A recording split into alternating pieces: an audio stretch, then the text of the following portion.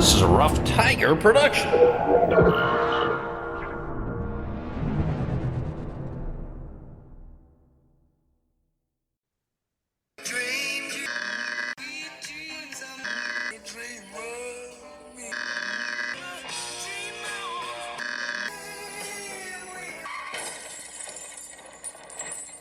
And you, and you, and you, and you were there. Some of it wasn't very nice, but most of it was beautiful. Hey. Howdy, everybody. Hi, Bryan. Howdy. Feliz Navidad. Indeed. And we're 2 days post-Christmas now. So when this drops, so you're probably lounging about or back hard at work or lounging about at work. Regardless, we've got something coming up sometime around the 1st, maybe a little bit before, somewhere between Christmas and New Year's. Bryan, you're hard at work with our holiday sampler episode. If you've got a difficult person to shop for that you've totally forgot about, well, satisfy them with this. The holiday sampler episode of The Dream Idiots coming out at some point between Christmas and New Year. Yes, absolutely. Going to be sort of highlights of the past year. This is actually episode 50, and it'll come out between 50 and 51.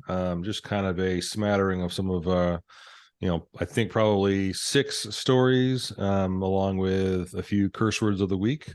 So it's not done yet. It'll probably be, 75 or 90 minutes long, I think. Something else to enjoy. Highlights, lowlights, however you want to put it. But it is a genuine gift for that person who is difficult to shop for. So. Right. Who you dislike, right? It is episode 50, which means that we are still older than our show, but because it's even, I get to go first. Is that correct, Bryan? Yes. Quickly though, thanks for all the stuff that you do for us. If you haven't already, please follow us on whichever platform you're listening to us on, and like and subscribe and share and steal your friend's phone and follow on their phone as well. Do all those things. You can find us at dreamidiots.com. We're at Dream Idiots on Facebook and Instagram, and write us at dreamidiotspodcast@gmail.com if you want to reach out and say hello or give us a curse word. Any of those things. That's right. And we have a new listener. James jumped aboard recently. So hello to James. I know that he's got a couple of people listening. So welcome aboard, James. So you are in sad company, but welcome aboard to Dream Idiots. We'll probably be doing some updates here in the next couple episodes on some stories we've hit on in the past. Probably do that the first week, I guess, which would be next episode sometime in January. Cover up some stuff. So are we ready to go, Bryan? We are. You are up. Okay, Bryan, I have a quiz for you, but it's not that silly college quiz that I do and torture you and the listeners with. Okay. This is a little quiz I came up with. It's got 12 questions to it, Bryan. Uh-huh. Okay. Now here's the thing. Each question has one more answer than the question before it. So question 1 has one answer, question 2 answers, so forth and so on. So a perfect score would be 78 points. But what I've done is I've thrown in 22 generous bonus points scattered here and about throughout the quiz. Okay. This is a general knowledge quiz. You'll find some of these questions fit perfectly in your wheelhouse, and others are going to hit you like a foul ball upside the head. Okay, are you ready? I'm ready. Are you ready? Okay, Bryan. Question number 1. What was the first state to ratify the Constitution in the United States?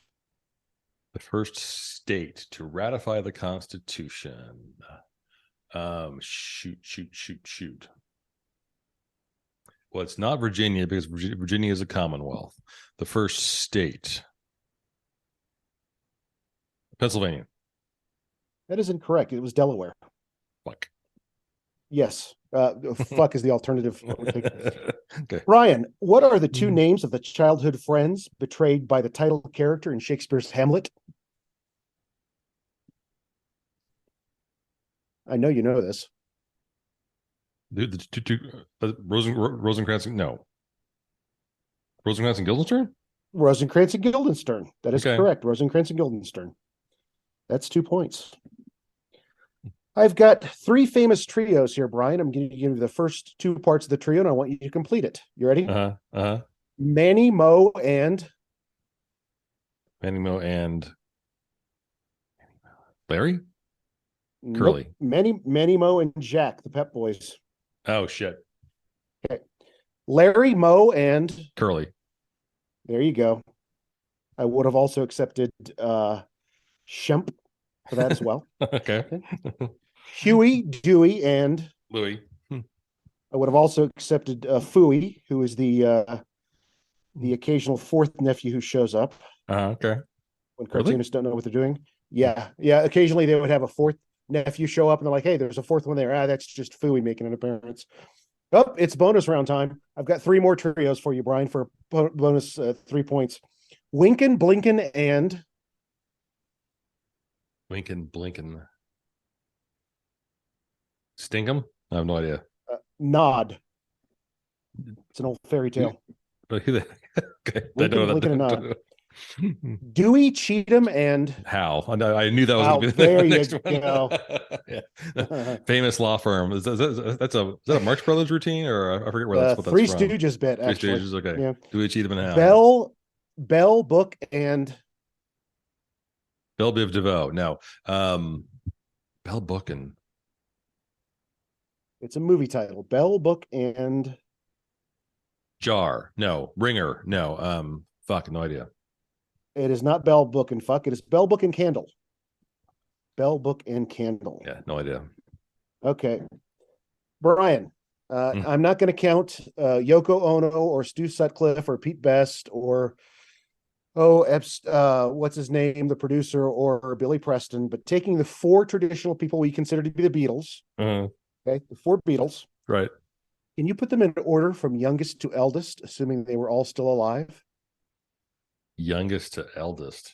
Youngest to eldest. I can do it approximately. I think it is. You can get partial credit for this. So I think it's George, Ringo, Paul, John. I know George was younger because I know he's a younger class. I think. Okay, repeat your four in a row one more time. I think I said Ringo, George, Paul, You John. said George first. I know you said George first. So George, Ringo, and then okay, John, and who was after that? John, then Paul. Okay, you get 1 point for that. George is the youngest, followed by Paul, John. Ringo is the eldest. Oh, okay. Yeah, so you get one out of four there. That's not bad. It's better than I did. I got 0 out of 4. Brian, here's one that's in your wheelhouse. List the starting five for the 1999 NBA champion San Antonio Spurs. They had 36 of the 50 starts that year together. The starting five of the Spurs in '99. David Robinson, Tim Duncan, Avery Johnson, Sean Elliott. Number 5. Who the fuck would be number 5? Not Bruce Bowen. No idea. Wasn't there yet. No. Mario Ellie. Mario Ellie, very good. Oh shit! Really? For 2 bonus points, can you name the other 2 players who subbed in for the starting five that season? No, I can't. Jaren Jackson and Will Perdue. Very good. You got 5 points for that, though. Will Perdue. Will he or okay? Will Perdue. Brian, question number 6. Who are the 6 wives of Henry VIII? 6 Jesus. 6 wives of Henry VIII. Does this include the ones that were not actually wives after the fact because their weddings were annulled by the Pope? Are those still wives? It's the wives. Yep. So Anne Boleyn. Yep. I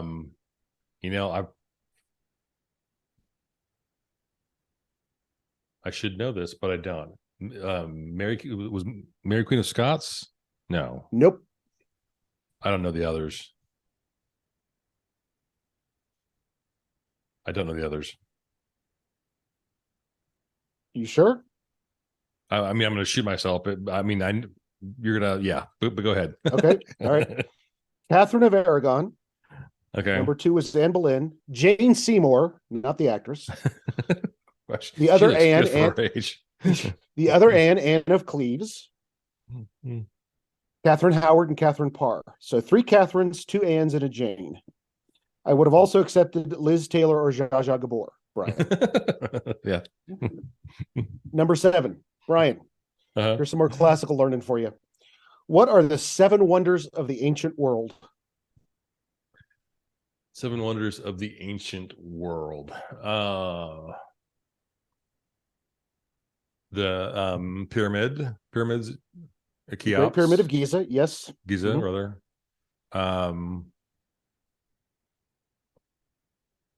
Babylon, the is it Hanging Gardens. Hanging Gardens of Babylon, yes.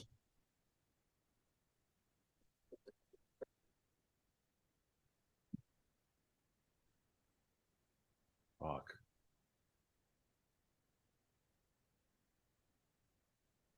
I don't know. I'm drawing a blank. Wrigley Field. Field.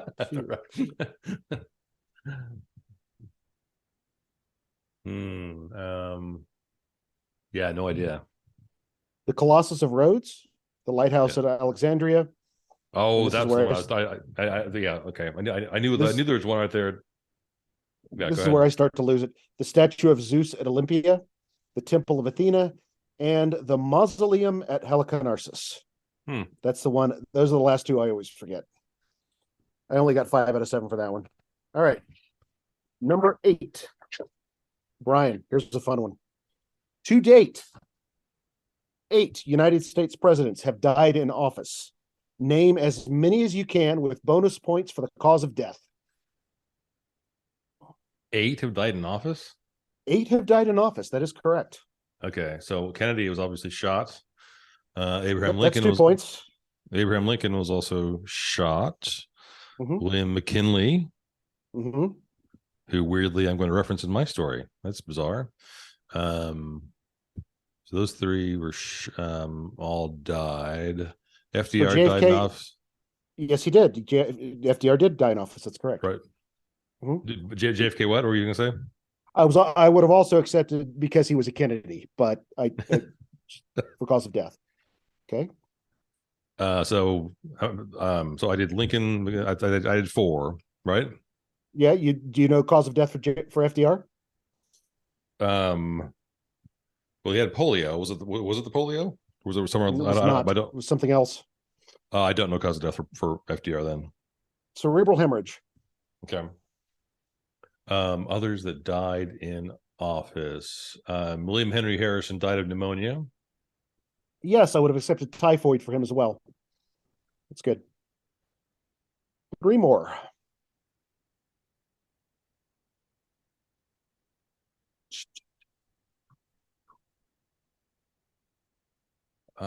Shoot. Who else died in office? That might be all I got. One of them is historically considered to be one of the worst presidents we've ever had.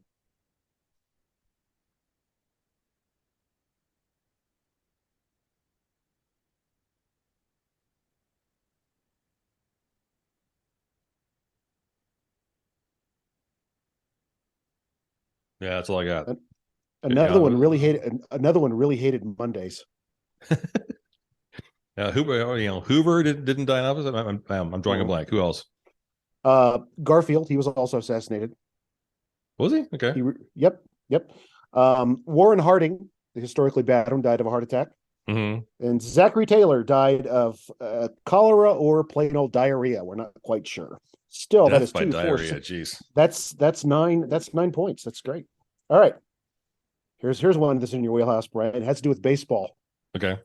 When you're scoring a baseball game on a baseball scorecard, keeping track in the stands, Mm-hmm. what numbers 1 through 9 correspond to what positions when scoring a baseball game? I will give you a hint. Mm-hmm. 1 does not correspond to first base. Yeah, pitcher is 1, catcher is 2, first base is 3, second base is 4, third base is 5, shortstop is 6, and then 7, 8, 9, left, center, right. Bam! 9 for 9. Well done. I went 6 for 9 on that one. Number 10, Brian. What are the 10 most populous cities in the U.S.? 10 most populous cities in the U.S. New York, Boston, Los Angeles, Chicago, Houston, Atlanta, Miami, San Francisco, Seattle, Philadelphia. You have 5. Would you like to try for some more? You only have 5 of the top 10. New York, LA, Chicago, Houston, and Philadelphia are on the list. Dallas. Dallas, San Antonio. San Antonio. I'll give you 3 more to try to get the final 10.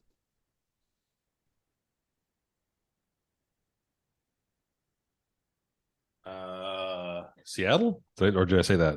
You already said Seattle. Shit.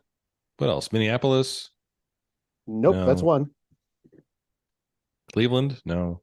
Oh no, that's 2. Cleveland. Can't think of any other big ass cities. Not DC. I don't think.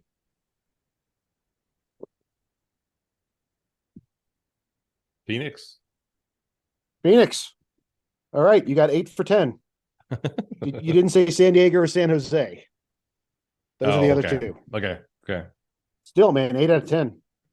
I only got 7. Brian, I happen to know that you have a deep dark secret. Uh-oh. And here's what you can do to use that deep dark secret to your best knowledge. I want you to name 11 of the 19 possible studio albums by your favorite band, Rush. And I'll give you a point. I'll give you a point for every album you go over. Have at it. Oh. I wish my brother were here. Name all of Rush's studio albums. That's the task. Okay. Yep. Well, name as many as you can, but 11 is the goal. Right. But if you can get over that, you'll get bonus points. Moving Pictures, 2112, Caress of Steel, Vapor Trails, Counterparts.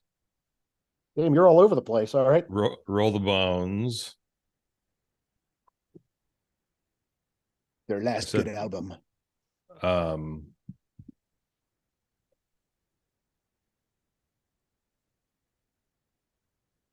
Signals. Yep. You're not going to stall out at 7, are you? You're only at 7. Hold Your Fire. Yep.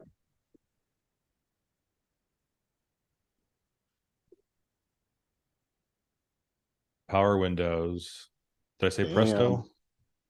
You did not say Presto. Presto, Power Windows. You're at 10, dude. I'm trying to remember the older ones. I said with Moving Pictures and Signals. The one before Moving Pictures, I'm fucking drawing a blank on. Right now, your brother is like he's having pains in his forehead. He's rolling over in his grave. Fuck.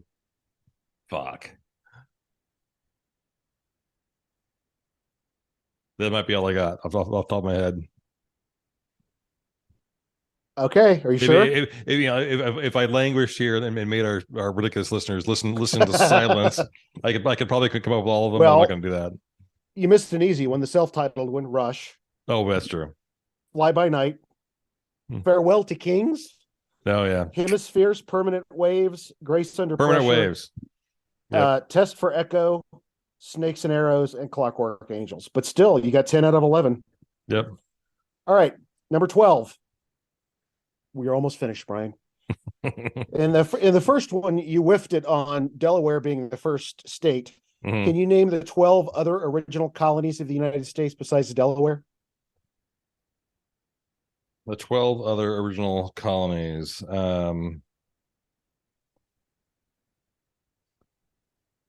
Massachusetts, New York, Pennsylvania, Maryland, Virginia, North Carolina, Connecticut, New Hampshire, Vermont.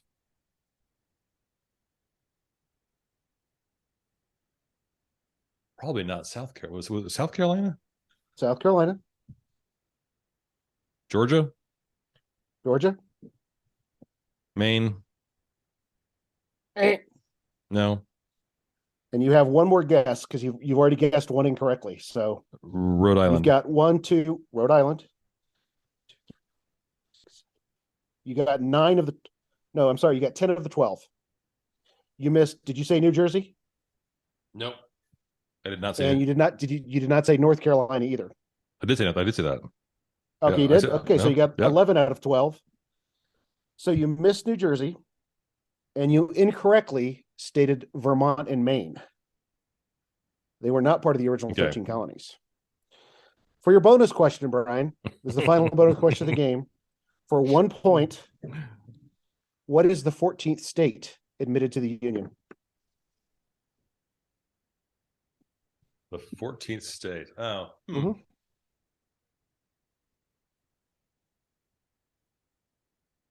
West Virginia. I have no idea. No, Vermont. Is Vermont? Fuck. 22, 30, I was going for the less obvious. 39, answer. 48. Hmm. Ooh, that first page is looking bad.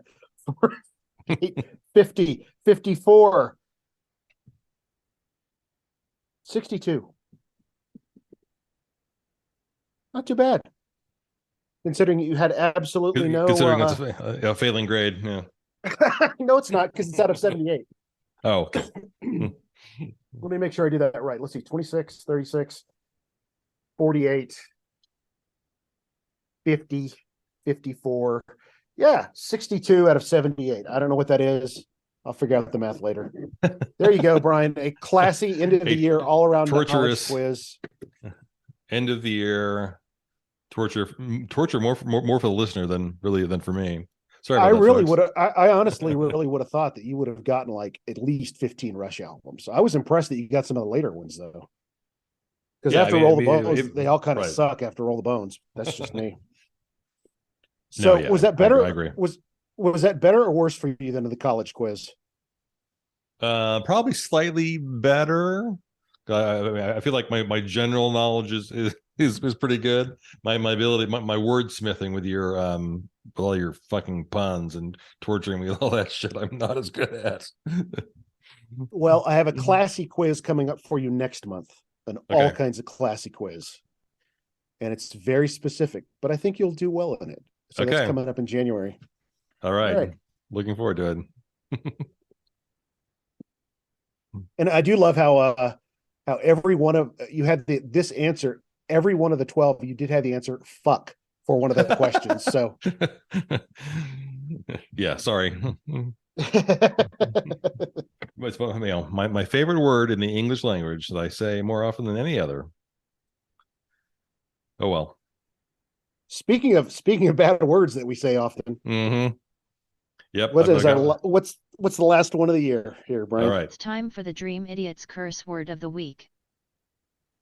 Well, this one actually comes with a bit of a story to it, because a tiny bit. The curse word of the week is the word hatchetations. As hatchetations. As in hatchet plus Asians at the end. And you're not going to guess this, but it is it's a kind of a funny word related to a short story I'm going to tell you. A hatchetation. Okay, I won't even try to guess. Yeah, it's not even worth trying to guess. A woman named Caroline Amelia Nation was born November of 1846. Oh, I know who.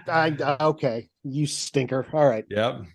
She went by Carrie Nation. She was a leader in the temperance movement, mostly because her first husband basically drank himself to death, and she was radically opposed to booze well before prohibition. And she is known in history for attacking bars and any establishment that served booze, and she would do it with a hatchet. She was also concerned about, reasonably so, I guess, concerned about tight clothing for women. She didn't wear a corset herself because she was worried about the harmful effects. Okay, that's valid. Probably a reasonable thing to be worried about. She actually had a pretty vital role in the suffragette movement, which is also valid and cool of her. But she described herself as a bulldog running along at the feet of Jesus, barking at what he doesn't like. And she claimed that she had this divine, she was sent by God to deal with booze.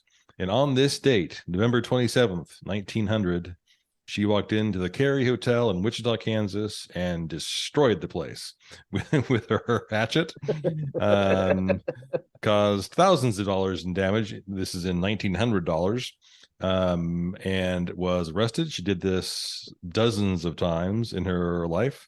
On some level, I sort of respect anyone who is this committed to a cause, but it's clear that was probably a bit of a crackpot.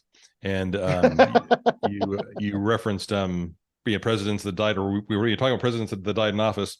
She was actually suspicious that McKinley was a drinker, and so when William McKinley was assassinated in 1901, she thought it was great because drinkers get what they deserve, unquote. So she was happy to see him go down. So, but her walking into bars and chopping at the place is called a hatchetation.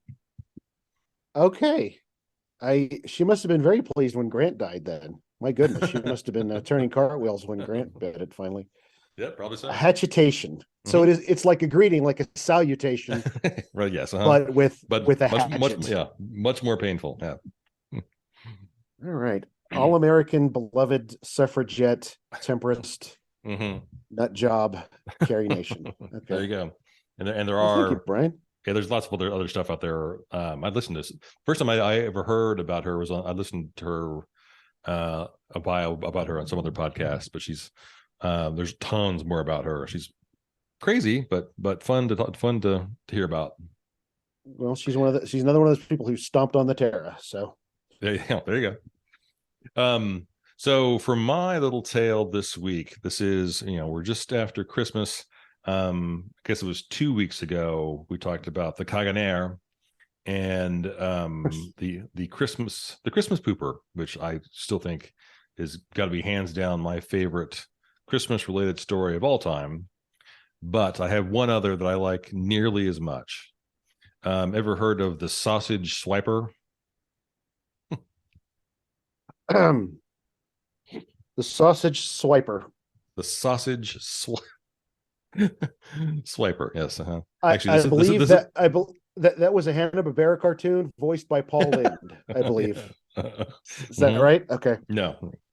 So the sausage swiper is a person, and this story is just all the evidence you would ever need that the country of Iceland is just full of sadists. So the sausage swiper, just remember that term. Okay. So we're gonna talk a little bit about the fact that the tale of Christmas and Santa Claus and Saint Nick, etc., varies wildly based on your what part of the world you live in. So in Iceland, there is the tale in folklore in Iceland is that there is a female character named Gryla, Gryla. She is a giantess. She's huge. She's referenced as far back as the 13th century. She's not really tied to Christmas at all until the 17th century, but she's written about as being enormous and basically being ugly as sin. She is quote a parasitic beggar. She walks around apparently in folklore asking parents to give her their disobedient children. but she can be easily thwarted and sent off. But she lives early on. She lives in a small cottage in area near towns. Later on, she according to folklore has been forced out of towns, and she's living in some sort of remote cave. Gryla basically punishes children that are misbehaving. And so the tale that is told to children is that Gryla comes down, leaves her cave, comes down into villages, hunting for children, throws them in her giant sack, takes them back to her cave, and devours them. The story of Jesus. So, so her favorite dish is a stew of naughty children, basically. According to folklore as well, Gryla has been married 3 times. Her current or her last husband is, I'm not saying this right, I know, Lepaleo, lives with her in the cave. He's not really, doesn't play so much in these stories. He doesn't really apparently leave the cave that much. They have a pet who's referred to as the Yule cat, and they have a bunch of sons. The Yule cat is a huge, rangy, obnoxious, vicious cat. I mean, it's not like a house cat. It's a friggin' tiger. Again, like Gryla, lurks around the snowy countryside during Christmas time and picks off people and eats them, basically. Again, the story of Jesus. So their children, these two have they go at it. They have some kids. They have 13 mischievous prankster kids that are called, according to Icelandic lore, the Yule Lads. If you look up depictions of the Yule Lads, some of them are they look kind of not unlike Santa, the white beard, etc. They're sort of like the 7 dwarves meet Santa, kind of. But again, in Iceland, the story that is told is that these Yule Lads come and visit your house on the 13 nights prior to Christmas morning, one arriving every single day. And we're going to go down this list here quickly, starting on December 12th. The first Yule Lad shows up. This is the English translation of the Icelandic name. I'm not even going to try to say these. So Icelandic they show name. Up in a specific order every year. Yeah, every year. Okay. On December 12th, Sheepcoat Clod. This Yule Lad harasses sheep. It's like he's disabled, though. It says he's impaired because he has like peg legs. And I should say that the Yule Lads are comparatively benign to start off with, but they get progressively worse. So the first one, he comes and he harasses your sheep. Okay, well, as far as things go, that's not too bad. Number 2, on December 13th, the Gully Gawk. He hides in gullies, and he waits for a chance to sneak in and steal milk. On the 14th, Stubby visits. Stubby is short, and he'll try to steal any pans or cookware that's left out that might have any crusty foods still left in the pan. So the first 3, not too bad. The 4th night, December 15th, Spoonlicker visits. Spoonlicker steals and licks whatever wooden spoons he can find that have been left around. Spoonlicker is always depicted as being pretty thin due to malnutrition. Next night, on the 16th, Pot Scraper comes. He steals leftovers from pots. Kind of obvious. By the 17th, it starts to get pretty nasty. Bowl Licker is who comes on this evening. Bowl Licker hides under your bed, waiting for someone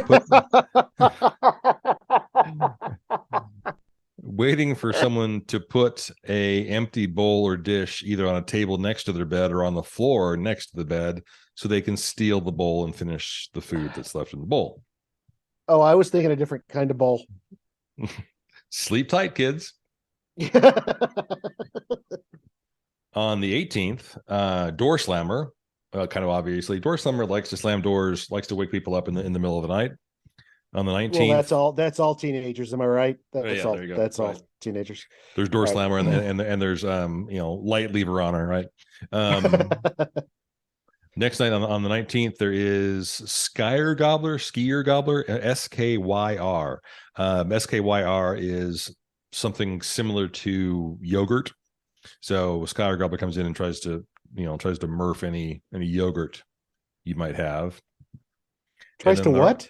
Tries to steal whatever yogurt you have. Did you call it murphing? Murphing is stealing. You never heard that? I've never heard that before. Maybe that's a Bryanism. I don't think so though. Okay. Must be an Episcopalian thing. No, Presbyterian thing. Sorry. And so the next 5 nights, 20th to 24th. Now on the night of the 20th, we have that sausage swiper. Here he is. He hides in the rafters and tries to steal sausages that are being smoked. On the 21st, there is the window peeper. Again, pretty obvious. It sounds like it's peeping Tom, like it might be sexual, but it's not. It's just someone peering in through windows looking for food, or other things to steal. On December 22nd, doorway sniffer visits.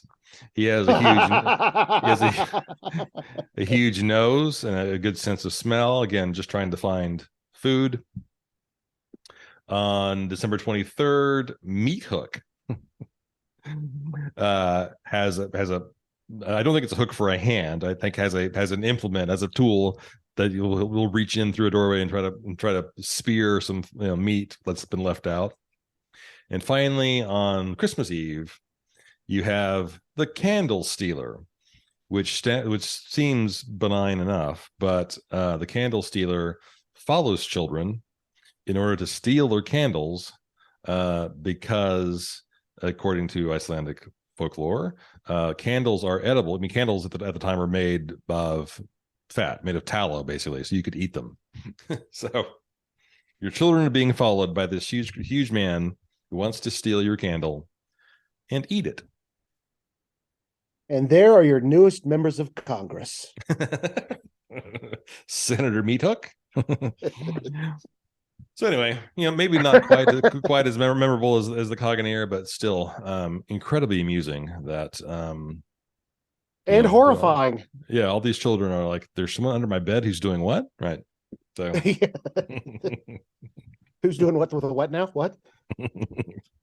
Well, that's like when my mother came in and did that to the boys when we were staying at her house that time, and people are peeping in the windows. And who's doing what with the windows now? I'm sorry, who? Right. What? So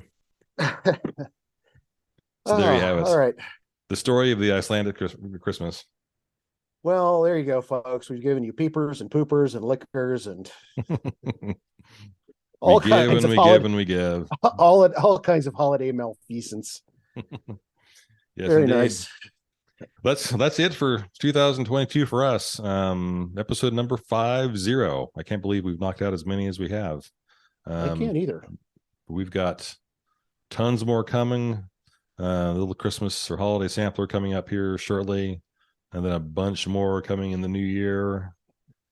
Black History Month, I've got a couple of things for that coming up. Women's History Month, I've got a couple ideas for that too. Maybe some video content, maybe some other fun things. We'll see. Sounds great. And folks, when you're out there, because it's coming up, have fun on New Year's, be safe. If you need a ride, get one. If you see a friend who needs a ride and you're able to do it, give them a ride. Be good to each other, be kind. And let's hope that, to quote that great philosopher, Sherman T. Potter, that the next year is a damn sight better than the old one.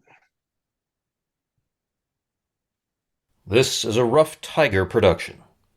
Bong bong, Bryan. Bong bong? Bong bong. Bong bong. Good.